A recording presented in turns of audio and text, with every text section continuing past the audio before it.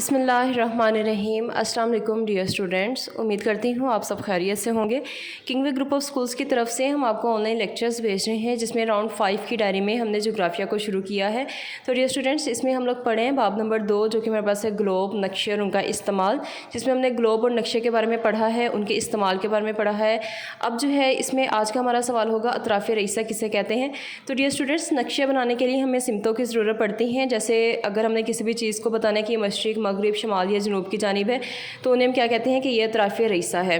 आप तस्वीर में भी देख सकते हैं। इसकी मिसाल हम इस तरह से लेंगे कि अगर आप सूरज की तरफ अपना फेस करके खड़े हैं, तो आपके सामने होगा मशरिक़, पीछे की जानिब होगा मगरिब, आपके बाएं जानिब होगा शमाल और दाएं जानिब होगा जनूब। आप इसकी तस्वीर भी देख सकते हैं। उसके अलावा जो हमारा अगला सवाल है, उसमें हम पढ़ेंगे सानवी सिमतें हम किसे कहते हैं। तो अतराफ़ रईसा के दरमियान में मज़ीद 4 सिमतें भी पाई जाती हैं, मतलब हम उनको तकसीम कर देते हैं दो दो में। तो ये हमारे पास होती है सानवी सिमतें। जैसे शमाल मशरिक़ होगा, शमाल मगरिब होगा, जनूब मशरिक़ होगा, जनूब मगरिब होगा, तो इनको हम सानवी सिमतें कहते हैं। जैसे आप अभी तस्वीर में देख सकते हैं, शमाल और मशरिक़ के दरमियान में शमाल मशरिक़, इसी तरह से सो ऑन। नेक्स्ट हमारा है जोग्राफियाई शमाल से क्या मुराद है। तो वो शमाल जो कुतुब शुमाली की सिमत को ज़ाहिर करता है। कुतुब हम कहते हैं एक्सिस को, मतलब जिस तरफ ज़मीन का जो है वो शमाल की तरफ रुख होगा, उसको हम कहते हैं जोग्राफियाई शमाल। अब इसकी तस्वीर भी देख सकते हैं। यहाँ तक आपका काम है। खुदा हाफ़िज़।